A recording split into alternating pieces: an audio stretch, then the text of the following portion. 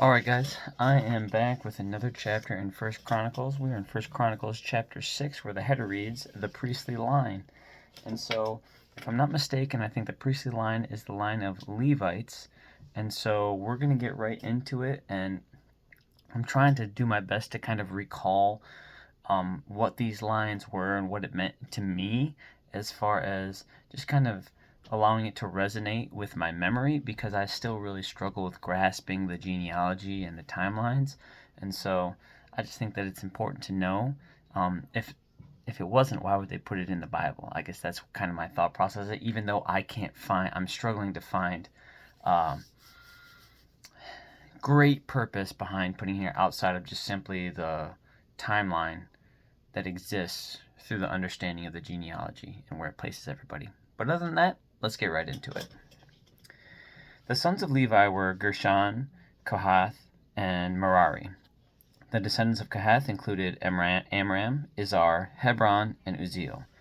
The children of Amram were Aaron, Moses, and Miriam. The sons of Aaron were Nadab, Abihu, Eleazar, and Ithamar. Eleazar was the father of Phinehas. Phinehas was the father of Abishua. Abishua was the father of Buki. Buki was the father of Uzi. Uzi was the father of Zeriah. Zeriah was the father of Marioth. Marioth was the father of Amariah. Amariah was the father of Ahitub. Ahitub was the father of Zadok. Zadok was the father of Ahimaaz. Ahimaaz was the father of Azariah. Azariah was the father of Johanan. Johanan was the father of Azariah, the high priest at the temple built by Solomon in Jerusalem. Azariah was the father of Amariah. Amariah was the father of Ahitub. Ahitub was the father of Zadok. Zadok was the father of Shalom. Shalom was the father of Hilkiah. Hilkiah was the father of Azariah. Azariah was the father of Sariah. Sariah was the father of Jehozadak, who went into exile when the Lord sent the people of Judah and Jerusalem into captivity under Nebuchadnezzar. The sons of Levi were Gershon, Kohath, and Merari. The descendants of Gershon include Libni and Shimei. The descendants of Kohath included Amram, Izhar, Hebron, and Uzziel. The descendants of Merari include Mali and Mushi. The following were the Levite clans listed according to their ancestral descent. The descendants of Gershon included Libni, Jahath, Zemah, Joah, Iddo, Zerah, and Jethari. The descendants of Kohath included Aminadab, Korah, Asur, Elkanah, Ebiasaph, Asur, Tahath, Uriel, Uzziah, and Shaul. The descendants of Elkanah included Amasai, Ahimauth, Elkanah, Zophai, Nahath, Eliab, Joraham, Elkanah, and Samuel. The sons of Samuel were Joel, the older, and Abijah, the second. The descendants of Merari included Mali, Libni, Shimei, Uzzah, Shemiah, Haggai, and Asaiah. David assigned the following men to lead the music at the house of the Lord after the ark was placed there.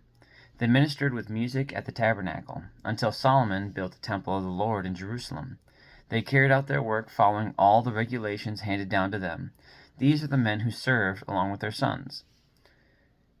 Heman, the musician, was from the clan of Kohath.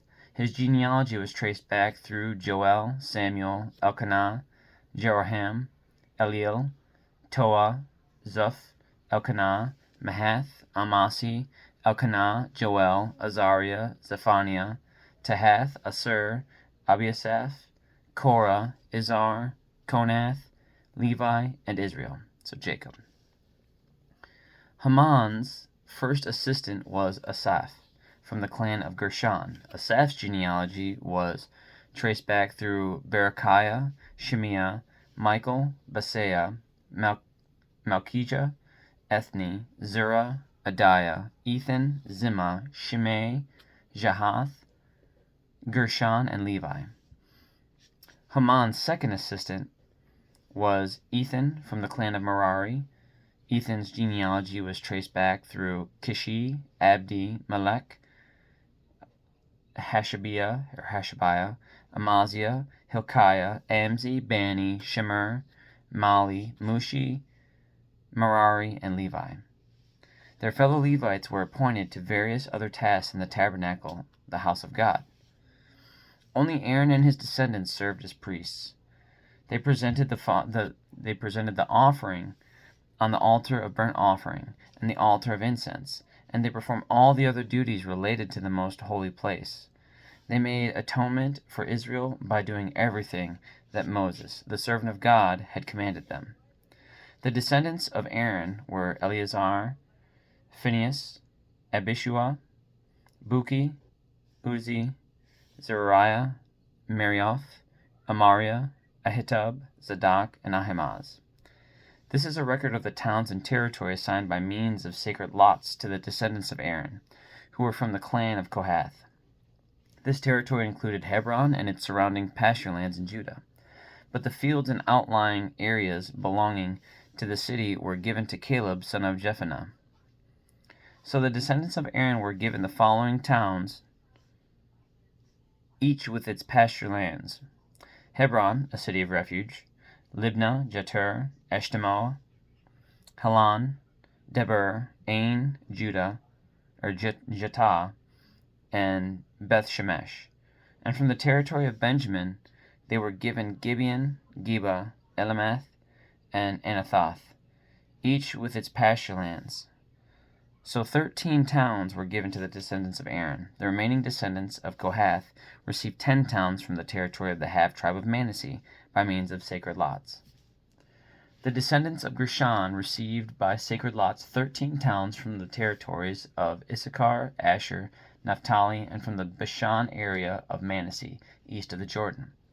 The descendants of Merari received by sacred lots 12 towns from the territories of Reuben, Gad, and Zebulun.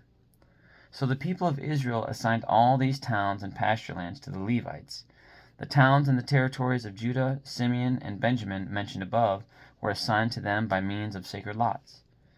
The descendants of Kohath were given the following towns from the territory of Ephraim, each with its pasture lands: Shechem, a city of refuge in the hill country of Ephraim; Gezer, Jokmeam, Beth-horon, Ajalon, and Gath-rimmon. The remaining descendants of Kohath were assigned the towns of Aner and Bileam, from the territory of the half-tribe of Manasseh, each with its pasture lands. The descendants of Gershon received the towns of Golan in Bashan, and Ashtaroth, from the territory of the half-tribe of Manasseh, each with its pasture lands. From the territory of Issachar they were given Kadesh, Deberath, Ramoth, and Anem, each with its pasture lands.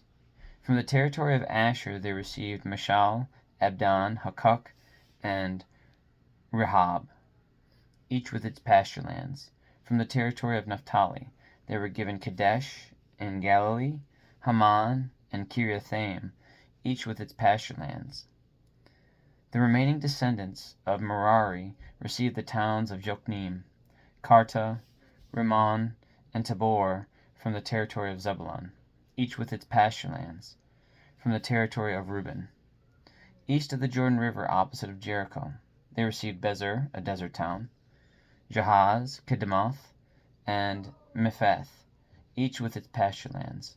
And from the territory of Gad they received Ramoth and Gilead, Mahanaim, Heshbon, and Jazer, each with its pasture lands.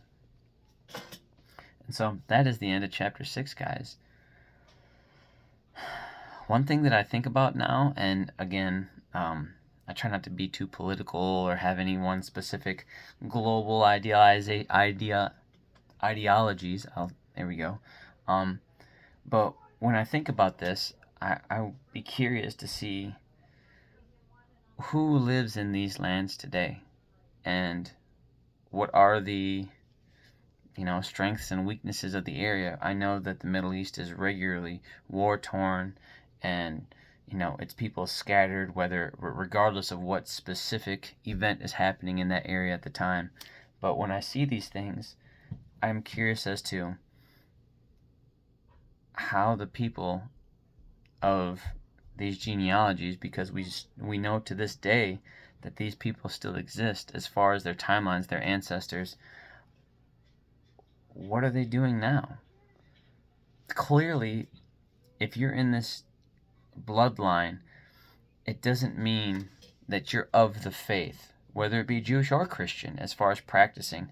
We see that these people have regularly fallen and gone off the path that follows Christ. And I mean, even in practicing of Jewish faith, there's been huge ebbs and flows that don't align with what the expectation is. And when I see the constant fighting in the Middle East, I can't help but think, man, how is this a constant reflection of the current day? And so that kind of blows my mind when it comes to this. But we're just reading straight through Chronicles, I still don't feel a specific pull in any one direction. It just simply feels like it's just an account of how we've gotten here so far, and not even the events, just simply the people that have gotten us here.